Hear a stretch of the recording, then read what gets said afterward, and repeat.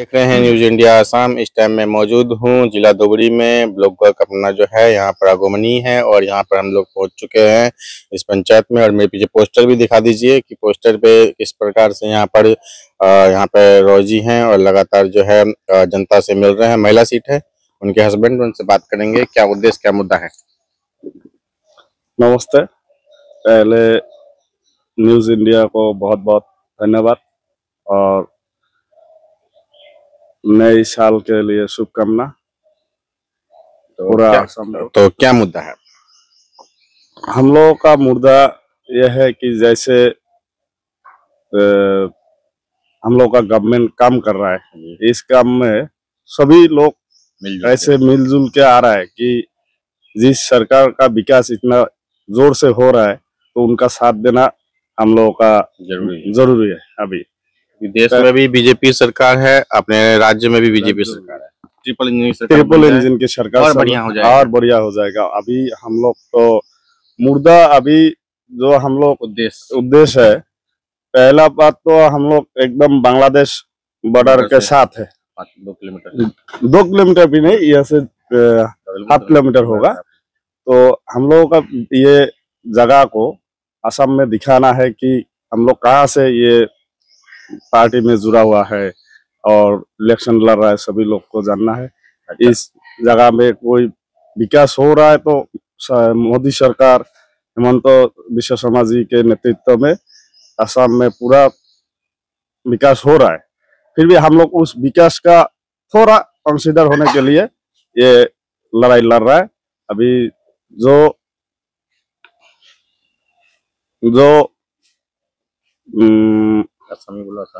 असमी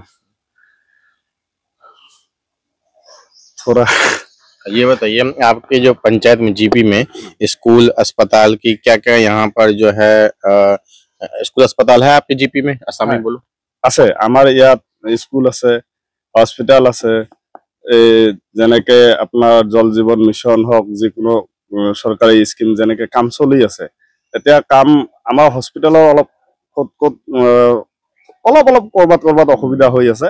সেইবিলাক আমি যেতিয়া আমি সব ওপৰত আমি জনাম যে আমাৰ হস্পিটালৰ স্বাস্থ্যমন্ত্ৰীক জনাম, আমি চিফ মিনিষ্টাৰক জনাবলৈ আহ্বান কৰিম যে আমাৰ ইয়াত হস্পিটালৰ সুবিধা লাগে, বজাৰৰ ভালকে সুবিধা লাগে। আমাৰ ইয়াত এটা ঐতিহ্যমণ্ডিত এটা মন্দিৰ ধাম আছে, শ্ৰী শ্ৰী ৰামৰাগুটি সত্ৰ।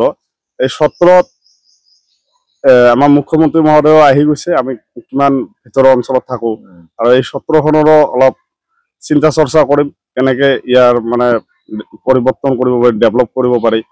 এফালে আমাৰ স্কুল ভালেকেইখন স্কুল আছে ইয়াত, হাই ছেকেণ্ডাৰী আমাৰ স্কুল আছে আমাৰ জিপিতে। और এইবিলাক সমস্যা और पक्का मकान, जन आयुष्मान कार्ड, राशन कार्ड और शौचालय, এইবিলাক তো সবেই পাইছে। এইবিলাক কোনো মানুহ আজি এতিয়া যেনেকে সার্ভে চলি আছে আৰু হয়তো ইলেকশনৰ পিছতো সাৰ্ভে হ'ব, জিঅ'টেক বেগৰা হৈ আছে। তাৰপিছত এতিয়া আমি যেনেকে ফিল্ডত ঘূৰি আছো, মানুহ এটা আছে যে আমি জিঅ'টেক পোৱা নাই কিয়, এইবিলাক কেইদিনৰ ভিতৰত হৈ যাব, এইবিলাক অসুবিধা নাই। এতিয়া মানুহ ঘৰে ঘৰে জল জীৱন mission, Ayushman card, ration card আৰু আপোনাৰ ঘৰ, পাক্কা ঘৰ একদম সবৰে। আজি আমাৰ জিপিত চাবলৈ গ'লে 5 কিলো চাউল আৰু এইবিলাক পাই আছে। আমি জিপিত গোটেই চাইছো যে কৰবাত হয়তো থাকি যাব পাৰে, মানে দৌৰা দৌৰি হৈছে বেছি, এইবিলাক পেন্ডিং হে ওবি হৈ যায়গা। তো আজি আমি জিপিত কোনো অসুবিধা নাই, ৰাইজে বিজেপি মুখী হৈ আছে, ৰাইজে বহুত জোশত আছে যে আমি বিজেপিত কেনেকে অংশীদাৰ হ'ব পাৰো।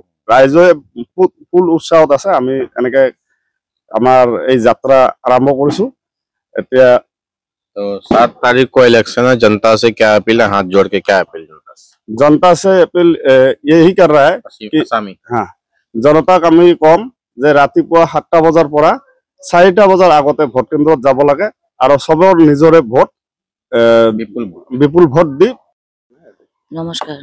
17 সাল গাঁও পঞ্চায়তত মই আজি মাননীয় মোৰ নাম ববী ৰায়। 17 সাল গাঁও পঞ্চায়তৰ এপি মেম্বাৰ হিচাপত মই দাঁড়াইছোঁ।